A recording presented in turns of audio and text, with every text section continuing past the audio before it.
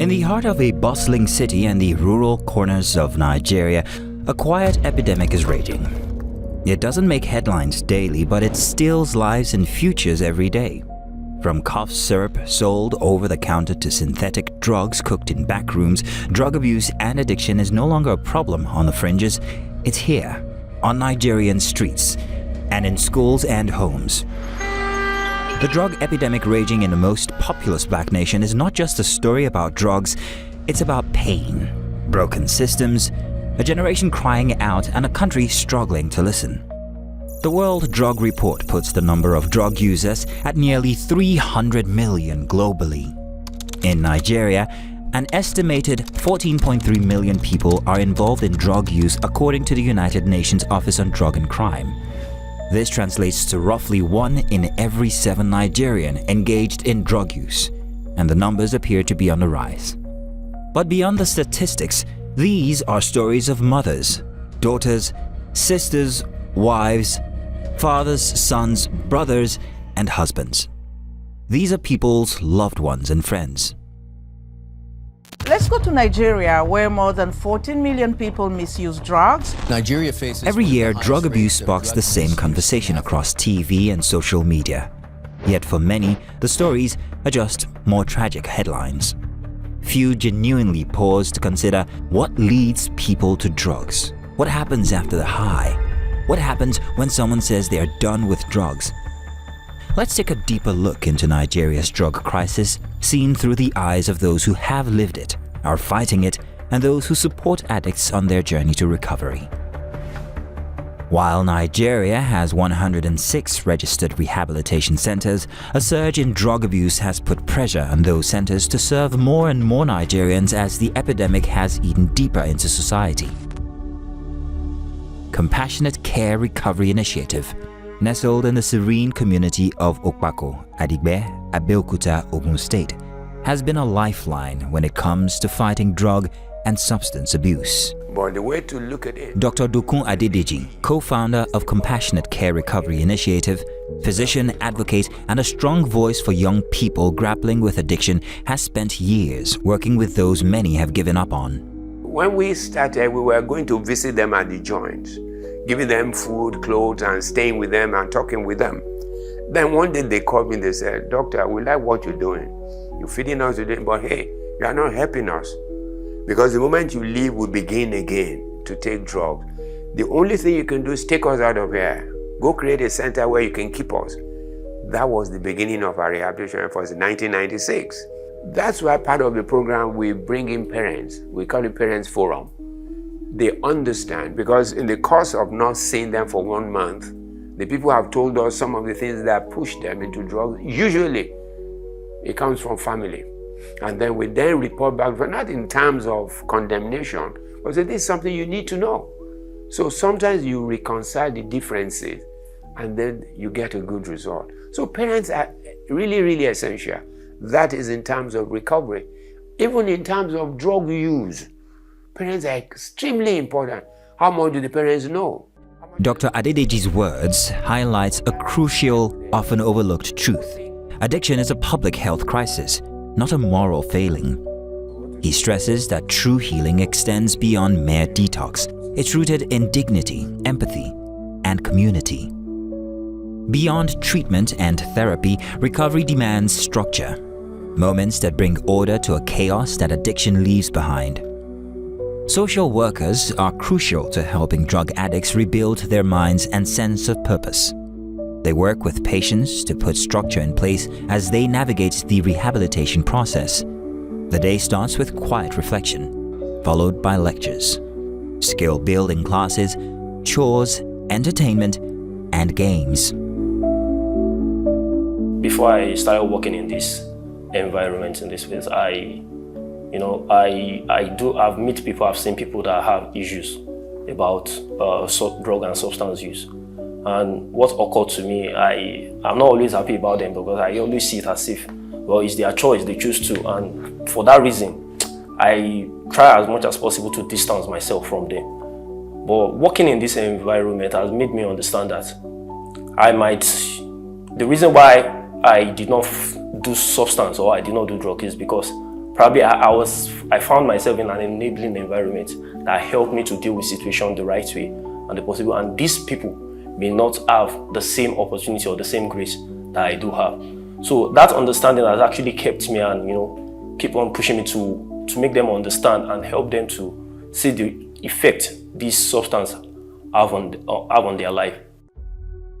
But while addicts are working to rebuild themselves, there is the issue of the reception and the life that awaits them beyond the walls of the rehabilitation center. How will they be able to work around the public's widespread misunderstanding of what addiction and rehabilitation are, so that stigma doesn't become a stumbling block to recovery? Addiction often begins subtly, not with dramatic situations. Many patients share similar stories of how they came to be addicts, stories that involve pain, early exposure, emotional challenges, pressure, and the need to escape. I started when I was 14 years old in 100 level in the university. I met a couple of OGs, like old men, that just invited me to the toilet one day to smoke a stick of cigarette. That I dropped out. I lost many of my friends, and I found that I was alone in the walk of using drugs, and so I had to change. The truth is, you can go any mile for drugs. You can deceive people. For me, mine was to deceive people, or to steal my mother's, things that she wasn't using, like and sell them to make money to actually get drugs. While this young man's journey to recovery is yet in its early stages, a flicker of hope shines through. There's a quiet resistance against the pull of relapse and a slow return to self. Perhaps this is what healing truly looks like. Not perfection, but progress. Not forgetting the past, but choosing to face it one day at a time. When it comes to drug abuse and addiction, patterns set in quickly. Many experience our early introductions to drug and a turn to substance not for pleasure, but for relief. I think I was curious, because I started young, like 15. So I've growing up, I was always hearing weed, smoke, this, that. So I saw it and I was like, I just wanted to try, I wanted to know what it was. I stopped at the time. I was abstaining for 6 months. And what made me stop at that time was because the effect it had on me. I wasn't liking, my looks changed. I wasn't at home, I left home and all. So that was what made me stop. So now what made me come here was because I had issues with school.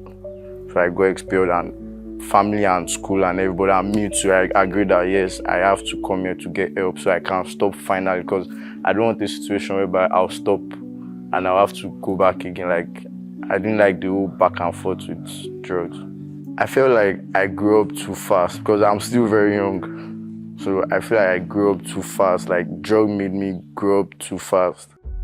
While the journey to recovery is hard and recovering addicts face relapse, there are those who fought this battle and came out on the other side. Olutosin Balajobi has been drug-free for over 20 years, a survivor, a mentor, and a living example that recovery is not only possible, but real. Balajobi's story is a powerful reminder that addiction can take root where love is absent, where a lack of care and belonging leaves deep wounds that substances can never truly heal. Balajobi is a testament to resilience and the profound truth that presence, family, and connection can ultimately save lives. I was kicked out of the house by my parents, and when I was owing twice my salary. Growing up, I thought my parents, to be specific, did not like me. They didn't love me, and I wanted acceptance. And the people that introduced me to drugs were like parent figures to me. They were showing me love, and I felt they were showing me love. Drug addicts are stigmatized. I think that is wrong. They actually need help. You can hate the act of using drugs, but you don't hate the addicts. Help the addicts. You can refer them, talk to them, show them love. Let them see that there is hope for them and that it is not hopeless. Drug abuse and addiction is not just about the statistics. There are real people behind the numbers, dreams derailed, futures stolen, and silence that screams.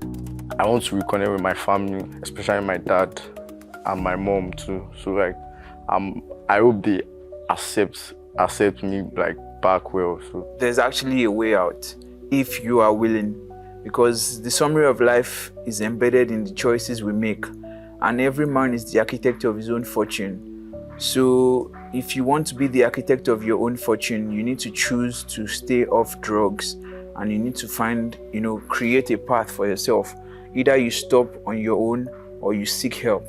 If as a people we don't wake up to the reality of what is facing us will be done, worst thing, the age of use is coming down. I've seen 10-year-old, 8-year-old who use drugs. And so if we don't, which means those guys are in primary school and early secondary school. So what's going to happen? It's going to go down and down and down until it becomes almost natural to see people do drugs just openly. So it's important that we begin to do something. We're too quick in Nigeria to point to government. I understand, because government seems to impose itself upon our lives. But the thing is this, government cannot help you with your family. Government cannot do basic things how to relate to your child. In terms of policy, yes, but I can say this to you with due respect.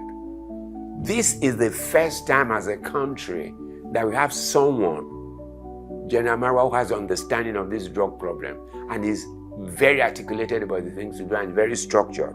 And he knows what to do. And that's why we're getting a bit of result. So there's still a lot to do, but the way I want us to look at this substance issue is until each Nigerian owns it as a personal responsibility. NDLA can't. NDLA can't be in every street, cannot be in every school, cannot be in every workplace, but we can be there. So when we own it, and we see that, look, what these people need is empathy, not sympathy, and then we have policies in place that takes care of such indiscretions, and then we offer understanding. Oh, this is not a problem. And then the person goes and comes back and is cleared. Let him return to his job and continue. Never remind him of what had been, except if they do it again. Drug abuse is not a moral failure. It's a public health crisis. It's a call to all of us to listen, to act, to build and rebuild systems to heal instead of hide. The question now isn't whether we know. The question is, what will we do? The time for denial is over. The time for change is now.